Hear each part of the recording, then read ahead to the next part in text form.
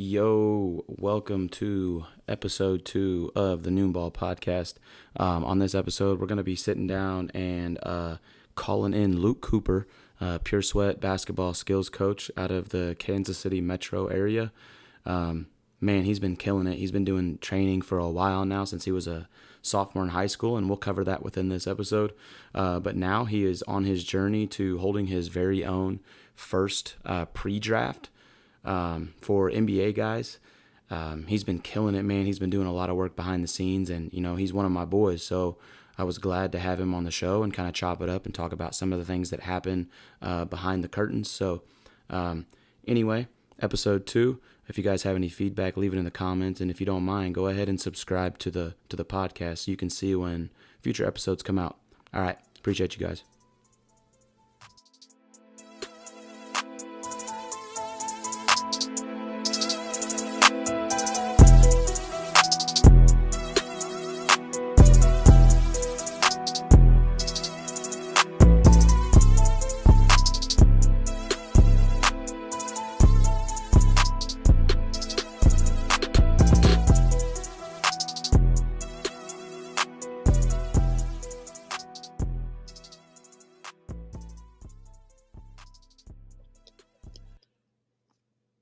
Okay, cool. So, with the introduction in mind, this is episode 2 of the Noon Ball podcast. And I have my guy, one of my, even though he's younger than me, one of my mentors, Luke Cooper, is on. Luke, I'm just going to keep this from being corny, man. I appreciate you being on here with me. And I'm not going to say like, thanks for giving me, time. Just, I do appreciate you, taking the time a little bit after 9 o'clock on a weeknight to, chop it up a little bit. 100%, bro. How old are you? 26. Okay, yeah. I'm almost 25. We're basically the same. Yeah, basically. I remember one of the first times I met you, you actually told me that I was a great value version of you. So that's always kind of in the back of my mind whenever, I'm seeing you and talking to you. But oh my gosh, I actually remember that. I think that was like literally the first time we might have met. Yeah, man, there's nothing wrong with being the great value thing, though. You know what I mean? Like, yeah, no, for sure. A little bit cheaper, tastes the same. Yeah, no, for sure. I agree. And that's which is actually kind of interesting because I'm pretty sure it was one of the first times, and I had been, I'd kept up with some of your stuff on social media at the time because Coach Pugh, Matt Pugh, shout out to Matt, man. He was one of my high school coaches, and then I kind of stuck around and tried to help him as much as I could. And I went to school in Warrensburg, and you and him actually worked together to do the clinic in Harrisonville annually. And so that was I got to come in and help, and that was the first time I met you. And so now that I've had that, I'm in Harrisonville now as a teacher and a coach, and you're one of the reasons why I got here. So, that's pretty cool. But, where did you and Matt originally meet at? Man, I think we met just via, gosh, it wasn't Pure Sweat because I remember when he was with like Hoop IQ. Yeah. And, it's funny, I was with him like a couple weekends ago, and I remember probably the first time we got on a call, it was like, maybe my freshman year or sophomore year of college. And I remember like class was about to start and I was still on the call with him. And I basically was just like, this call is more important than this geography class. And like I walked out and like basically missed the whole class. But I remember he was just asking, should I join Pure Sweat? Like, what do you think about it? And that was kind of the first time that we really had an in-depth conversation. I think we might have met just through social media, to be honest with you. Maybe It was like a clinic Drew did like before that, but I'm pretty sure we met just kind of through social. He knew I was, involved with Pure Sweat and wanted my opinion on the brand and if he should join it or whatnot. And that's kind of where it started. And honestly, he's one of my mentors. He's one of my better friends now. Matt's awesome, dude. He's really I love that dude. For sure. And it's kind of goes under the table how knowledgeable that guy truly is of the game. He's Man, I can't even really put it into words because like being a firsthand player for him, whenever I was younger, obviously, I mean, a lot of the time, small percentage of guys in high school actually like can trust what their coaches are doing whenever they're like Hmm. super, strict and, hard nosed and stuff like that. And I mean, I wasn't one of those guys and I kind of doubted it at first. I showed up to, several 6 a.m. Before school workouts and stuff like that. But I was always just like, I don't know. It's kind of tough to put into words, but now that I'm that guy who's trying to do the 6 a.m. workouts, it's like, man, that dude knew way more than, a lot of the percentage of coaches and players for that matter. So, um, Yeah, I mean, if, it kind of carries over. It's kind of the same, somewhat of the same path that you've taken, and it's one of the reasons I respect, one of the numerous reasons I respect Matt as a skills coach is he's done the coaching part of it at the high mm-hmm, school level, at the college level, and now he's obviously doing kind of the individual stuff. But he's seen the gamut of basketball. He knows, being a skills coach, like if you he's very well respected by coaches, which I for think is sure. kind of half the battle. And so it's kind of the same thing you've done. You do the skill stuff, you still do the skill stuff, but then you're dipping yourself into like the high school actual coaching part of it.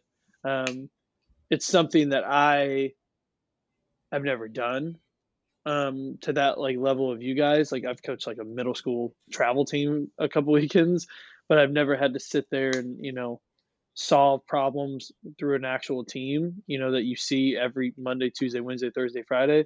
And Mm-hmm, I think it's super valuable, bro. I think it's super valuable. I think it's made him really good. I think it's probably made you even more comfortable with agreed for everything you sure. do. So I think it's important. Yeah, no doubt. And the main thing, like with this podcast, like first of all, man, the one of the main reasons why I even ended up doing this podcast was because I thought of there was a question that you asked me whenever we were on our way to an academy one night, and you said, okay, so if you weren't a teacher or a skills coach, like what would you do? Like what would you be doing right now? And one of the things that I told you was like I wouldn't mind being like not necessarily like a radio guy, but just like a voice. Yeah. And, I was just, I genuinely kind of enjoy it. And so you're one of the reasons why that I'm doing this, but I don't want it to be just strictly basketball. And so, and to put some other things into perspective, cause you started doing this whole skills coaching thing when you were young, like you were in like early on in high school, right? Yeah, I think I did my first camp my sophomore year of high school.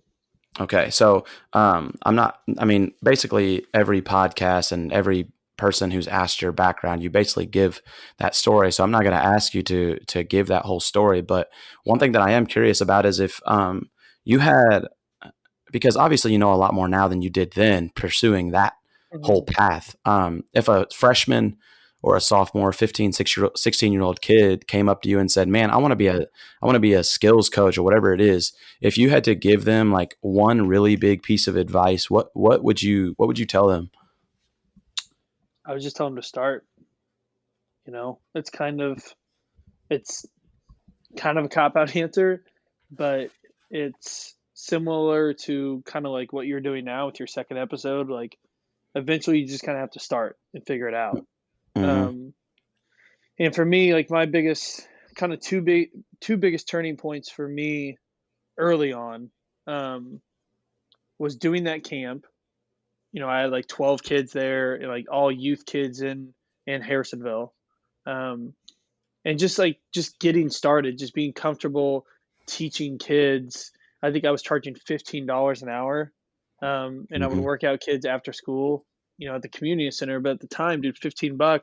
If I got two workouts in a night, if you're 16, you make $30 in a night. Like that's pretty good. Heck Um, yeah. and it was just a kind of about starting and building that momentum to see if I even liked doing it. Mm-hmm. Because sometimes stuff sounds way better on paper than it does kind of when you get into it. And so that was one of the biggest things was just starting, doing the camp, getting kids there. I ordered t-shirts, like just the experience of like trying to actually do that. And then the Mm-hmm. other thing that was big, was I did FBLA, so it's Future Business Leaders of America, when I was a senior. Long story short, I went in and was like, "Hey, I want to be the president," and she was like, "All right, well, if you're gonna have the audacity to be the president, like you have to compete in one of the hardest, genres there is when it comes to the competition that we did or whatever." And so the one she made me do was like to write a 30-page business plan, Ooh. and I did it, and it was called Hoop Dreams Basketball, and it was about basketball training.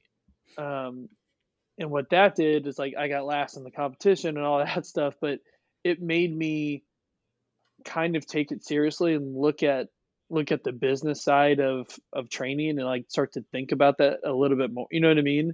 So it Mm-hmm. wasn't even like about the competition. It was the fact that like I took the time to write 30 pages on um, kind of this business that I was curious about seeing if I could actually do, and like sitting down and actually writing out the numbers and writing out the marketing and writing out the different possibilities. So like those two things, if I was, serious, if I was telling someone like, myself as a high school kid, I'd be like, start number one, like just train your neighbor, train your little brother and his friends, just do something that gets you out there actually teaching.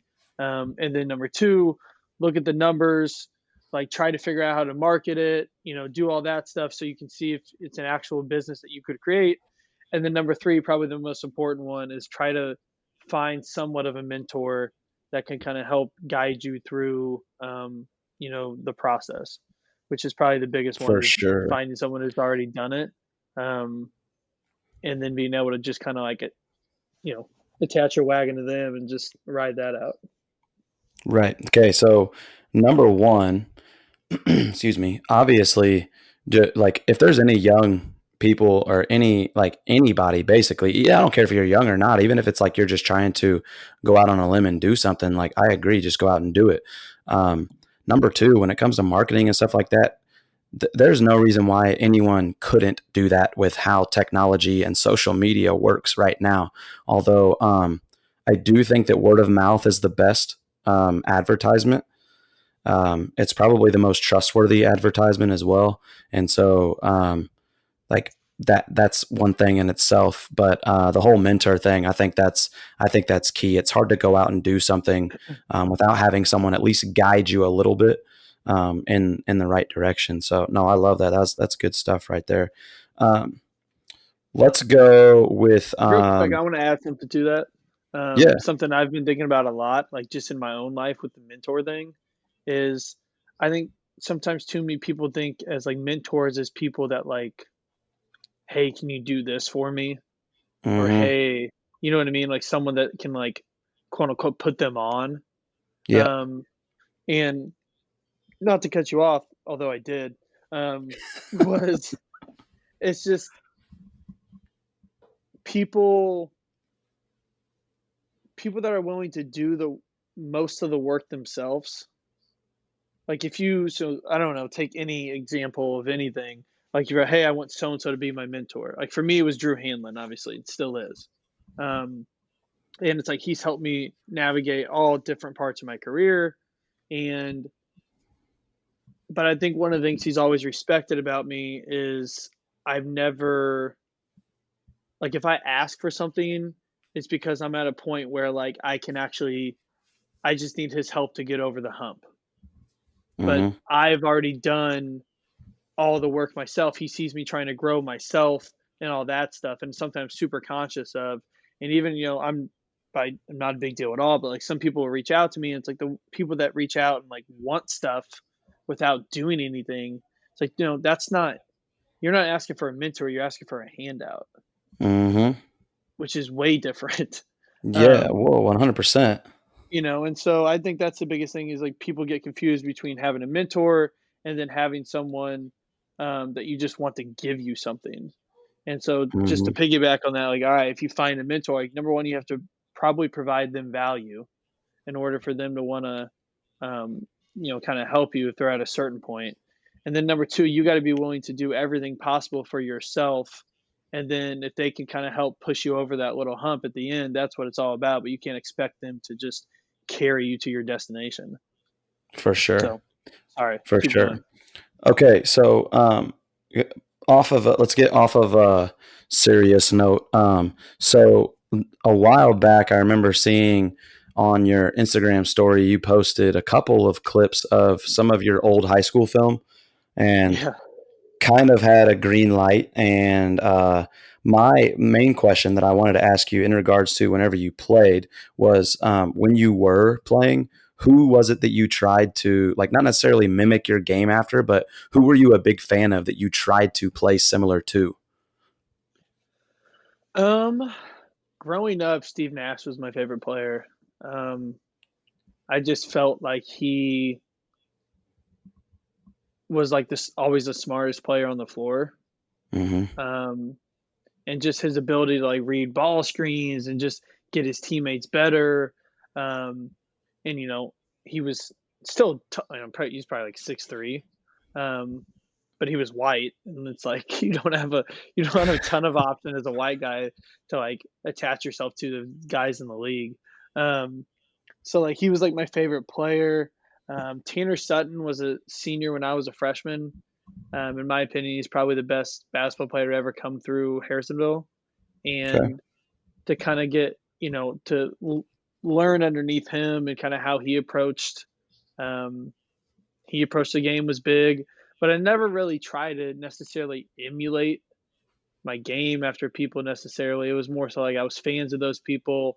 Um, and then I just got out there and just played.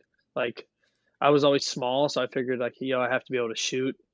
Um, so like some of those clips I think I posted were just like ridiculous, like chuck threes from like the volleyball line, and it's like Uh-huh. no, like you didn't realize like I couldn't. That was the only spot I could get open at that game. It was like out there. It wasn't like ultimate confidence, although like I was pretty confident at the time. It was just Grandview was really good that year, and it was just like all right, if I passed it, they probably weren't going to let me get it back, so I'm just going to fire. And Mm-hmm. then it just turned into like four straight heat checks. But Heck yeah, that's what I'm talking about. Okay, so I'm gonna kind of just like bounce around. Um, Go ahead and give me some expectations for this coming spring. So, what are some plans or what are some expectations you have for this coming spring? for myself, Mm-hmm. okay. On the local level, like I'm going to be doing some spring stuff starting in March, and it'll be like the 3-on-3 academy, which if people don't know, like real simple, it's basically just trying to teach the youth basketball players like how to play the game the right way, Mm-hmm. which I always felt like is missing when you go and watch youth basketball. Sometimes all these trainers, including myself, teach a bunch of moves, but then they don't actually know how to play. And so I'm excited for what's up to what's coming with that, because we're gonna have multiple locations, and then I just think it's gonna be really good for the youth. And so I'm really excited about that. Then I'll obviously have the high school stuff to kind of go along with that. Um, on a bigger scale, it's like I'm trying to do my first pre-draft this spring, starting in like April. So that's a stressful kind of new path I've never really gone down, and just trying to navigate that and figure out all that in the last 2 3 weeks has been um, I keep wanting to say stressful because it's been really stressful, but also It's been fun. I a mean, grind, man. It's been a grind. it's been a grind, and it's a world I've always wanted to kind of get into, and I feel like now I've kind of put myself in a spot where I can hopefully make that happen. But it's also just me trying to do stuff a little different than kind of what I've seen, and trying to build my name and my brand and my company the right way, and treat people the right way, and build it on relationships and not build it on what can you do for me now type vibes, which is Mm-hmm. unfortunately kind of what a lot of the basketball world, youth sports, and just basketball in general is kind of turned into. Mm-hmm. So I'm trying to do it the right way and not just take the biggest deal or the biggest this or the biggest that. Like treat people the right way and navigate that, and hopefully, build relationships that will last 20 years instead of 2 months. Um, Yes. and so that's taken up probably 90% of my time in the last month or so. But it's been fun. It's been a new challenge, which like I like challenges and I like new stuff, and I like feeling as if I'm changing kind of not how things are done because I'm not big enough his deal to change how things are done, but in my own little head, it's like, all right, if you're going to do this, at least you know that you're doing it the right way. And so I guess report back in 3 months to see if it happened, but that's kind of, my spring. So, and I know that you're a gym rat and you're a film junkie, and it's hard in season to be able to get in the gym nearly as often as you would in the spring, summer, and fall, obviously. But I think the one of the positive things, because I've been lucky enough to witness some of the things that you're doing with this whole process you're talking about, and like with you doing the things that you're doing, whether it's chopping up film, putting together an edit, or any of the graphic stuff you got to do, like that stuff in itself is beneficial for you because I'm sure you're seeing new stuff along the way as well. So, although it is stressful, which you haven't used very lightly, it has in the long run or in the short term as of now been pretty beneficial, I think. And that's just kind of a way to be positive about the whole situation. For sure. When I say stressful, like it's not. There's levels to stress, and like this isn't in the Yeah, yeah, scheme of yeah. life. Like this is not a big deal at all.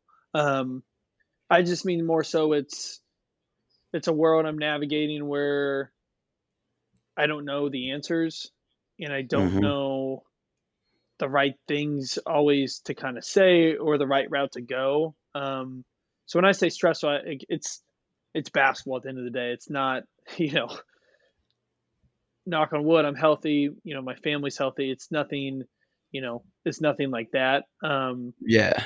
But yeah, it's been super beneficial, and I think anytime you can put yourself in a position to kind of do new things, or go down a route that you've never gone down, you end up learning so much in such a short period of time.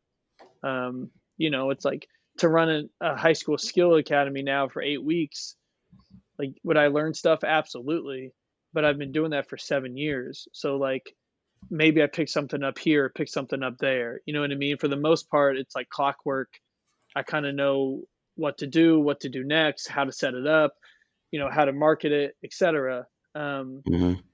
this is something new, and it's which I think is beneficial because like you just learn everything you learn is new. So you're just learning every single day, like 7 times a day. You're learning, oh, I need to do this, or like that was a really stupid idea. Um, and just the curve of that is, it's fun though, because it gets you excited. Like it keeps me up at night. It wakes me up in the morning. Um, and so it's been good, man. It's the film stuff is good. Like you said, just the learning, watching stuff over and over and trying to figure out the little details in it. I think is important as well, as we all know with film. And so, yeah, it could definitely be worse. It's basketball. So Yeah, no doubt. And some of the best lessons, some of the best ways of learning is whenever you kind of just cannonball into the whole thing on your own. You don't even necessarily ask for that guidance or that mentor along the way. Um, so no, I love that. But um, so another thing that I was going to, like I said, I'm going to bounce around and stuff like that, and I know that you're an advocate on some of those apps that include swiping right or left. Am I right? So I'm just going to go out on a limb with this one, and you're probably going to have to go out on a limb on this one too. But and not that the podcast is big enough to catch a ton of attention right now, but if there was one person that you were to shoot your shot at right this second, who would you shoot your shot at? So I shot my shot at this girl that I went to high school with like 3 months ago, because I did like one of these Instagram stories where it's like ask, you can ask a question, Okay. and Drew actually was like, "You teach basketball for you teach players how to shoot for a living. Now's your chance to shoot your shot with a girl you want to take on a date or something." Um, and so I shot my shot with this girl, and she was like, uh, she's like, "Wait, like?" She said something, and then I said whatever, and then she goes, "Wait, like, are you serious?" I was like, "Heck yeah, I'm serious." Um, Long story short, it didn't work out. Uh, Thought it was going to. Not going to say that we didn't go on a date, because we did, and whatever, man. Like, I talked to her the other day. I'm not going to mention names, but one of the things that bothered her was that I didn't drink. Um, so she felt like that was going to be a problem. Kind of rambling here, huh? Maybe I'm a little No. upset about this story. Maybe you had a little sensitive spot. Maybe we should take this Listen, part out. listen, listen, dude. Like that. First of all, that's I thought it good was for gonna work. you. I thought it was Good gonna for work, you man. though. Yeah. And that's almost like dodging a bullet though too. I don't even know who you're talking about, but like that's almost We like can dodging talk. a We bullet. can No talk offense in off podcast. Yeah. right, no, but no offense to that individual, but that's literally like dodging a bullet. If someone is afraid to even pursue anything because you don't drink, you're dodging a bullet. So, Yeah. kudos to you. So, She was afraid. Like, she's like, I like to go out and have fun, and I'm afraid that like the next morning you're not gonna be able to laugh at the stories like of when I'm drinking. You're gonna be upset at me, and it's like I feel like the people that know me know I like to have fun still. Like, I don't. mhm. I'm not just like a hermit or whatever. Anyway, get off that tangent. If I could shoot my shot at anyone else, so now this person's basically plan B, huh? Um, Dude, I'm trying to think. It's tough, man. Like, I don't know. I'm at the point right now where, I thought about it today. It's like I'm 24, and like sometimes I'm all right. Like, I would like to have, a significant other or whatever. Um, but then I also know that like, you know, 4 weeks ago I left town for what I thought was going to be a week, and then it ended up me being gone for 28 days and going to like five different cities. And Mhm. so I say that in because it's like I don't have if I had a girlfriend at that point, like maybe that doesn't happen. Probably doesn't happen. You know what I For mean? Like you sure. have Yeah. to kind of change how you live or whatever. So um I don't know. I'm saying on this like I There's a wouldn't. commitment aspect to that. There's a commitment aspect to that. So it makes you have to weigh your options a lot more whenever there's stuff like that going on. Whenever you've got a relationship and you've got other opportunities and whatnot. Um, but I will say that man Drew, man, he's got a pretty good scenario because he's got Shorty goes with him to a lot of places, man. My bankroll isn't really on that level. Um so I don't know if I could live that lifestyle. But to answer your question, so I stopped avoiding it just because kind of like what we were talking about before the podcast started. This girl from Cheer. You've never watched the show, right, on Netflix? I have not. I see it on there every time I get on, but I haven't watched it. Morgan. I should probably figure out how to say her last name. I don't know. Samanier. Yeah, definitely don't know how to say it. Anyway, she's a cutie. 1.1 million followers on IG. So Yo. I followed her about 2 minutes before we started the pod. I've yet to get a follow back. Um, she's busy. She's busy. I like a girl that's busy. I don't see any boyfriend pictures as I scroll. Just kidding. Hold on. I see one that says my favorite view in the sunset, and it's a picture with a guy. I Um, all right, boys. Well, I'm gonna go ahead and unfollow Morgan. Um, so we are to be determined on who I would. I'll get back to you on who I want to. So no shot. No shot No shot has is been being taken. taken, man. Listen, Okay. here's a story. I was with this agent this weekend, humble brag, and we were talking about this girl that I was previously shot my shot with, and he was like, "Are you going to send her flowers for Valentine's Day?" And I had a couple options, and I was like, listen, what if I send her flowers on the 15th and be like, hey, listen, in case you were nobody's Valentine's, just know that I was thinking about you, right? And he's like, that's not a bad idea, Mm. right? Kind of a big play. And then I thought about it, and I was like, you know what? Where's Luke's flowers at? You know what I mean? Where are my flowers? How come no one's pursuing me? So I think that's kind of where my headspace is right now, you know. So, but yeah, Hey, let's probably go listen, year 4 being single. that's a that's a good idea for any single guys out there. That's a good Yeah, idea. it's kind of a sick play, um, because Sounds it very Luke seems esque. yeah, it also seems less like risky. You know what I mean? Because you sit on the Yeah. 15th and say, hey, just in case, you know. So Hmm. either No, I way, like that. I'll just wait a year and then do it. Let's Shoot, miss might as out on the well. opportunity. So yeah, Yeah, um, might as well. No, I dig that. So I'm going to hit you with my final question here, and this is obviously a focal point on every episode. I feel like I've tried to make that really well known with the first episode, and then throwing the teaser out at first.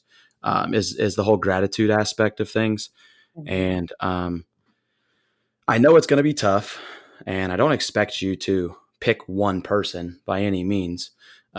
Because if I can get you to think of multiple people with this, then I've done my job. Mhm. But if you could pinpoint one, two, shoot, I don't care, 10 people that you are currently or have always been grateful for. I mean, I suspect that you're always going to be grateful for, your mom and your dad. I understand that. I know you got a Yeah, really good relationship with them and they're super supportive of you.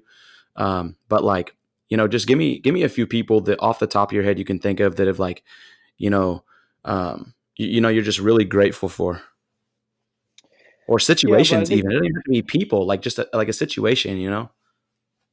yeah. So I think the first thing that comes to my mind is obviously my mom and dad, like you said, um, and it's just as you get older, you realize that like that part really matters, um, and kind of how you were raised one way or the other. It kind of shapes you into who you are. So not to get on that soapbox, but definitely them. I think situation wise, like we didn't really touch on it on this one, but in high school I went through kind of a health crisis, that kind of helped made me stop playing basketball and kind of force my hand into training and coaching. And you know, at the time, it was one of the hardest things that I've ever had to do and like live through, just because one, you have no perspective on life when you're 17 years old. Hmm. And when something like basketball, with who I like am still obsessed with, but at the time I was obsessed with playing, when that's kind of like stripped from you, you feel as if your identity's taken from you and your life's taken from you. Um, and so it was super hard, but like looking back, it was one of the best things that's ever happened to me. So Hmm. I'm thankful for that situation. I'm thankful for the lessons of understanding that, um, like after a storm, there's normally a rainbow, and just kind of understanding how like to navigate those worlds. As far as people, man, it's just I'm really thankful for my friends who I know I can call at 3 o'clock in the morning if I need something, and that they're there for me. Hmm. Um, I'm really big on like quality over quantity with that stuff. Right. Um, and just I don't need 58 people that like I'm boys with. I need like 4 or 5 that are going to be there for me, at any point, and hopefully they feel the same kind of towards me. For sure. Um, Obviously, Drew's been huge in business and in life, and so I don't know. As I get older and start to have perspective on life and in business and all that, I just realized that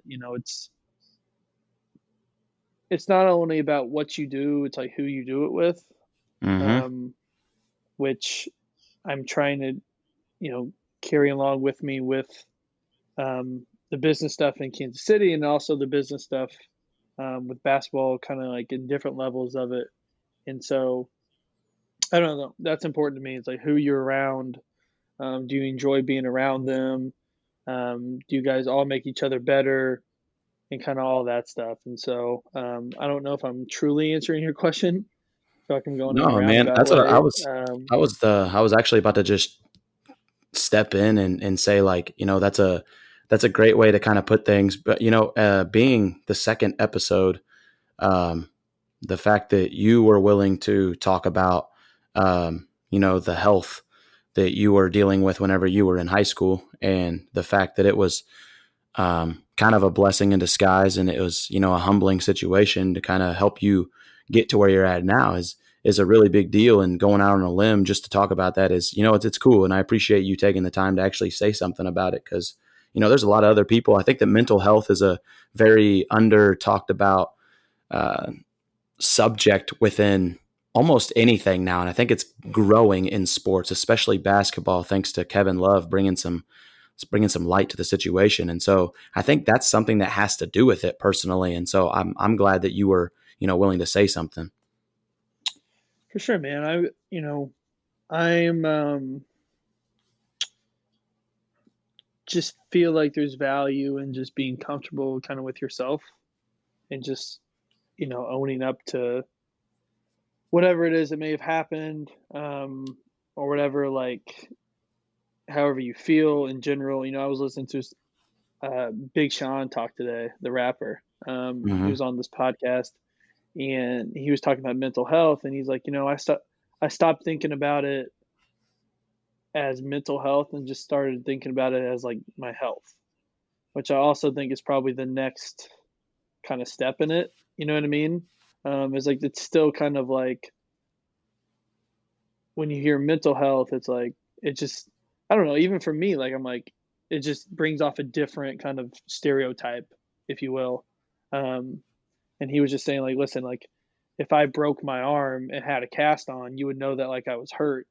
But the problem with the mental health aspect is like you can't necessarily see like physical hurt you can see when you're going through stuff emotionally or mentally from the outside world you can't really see it.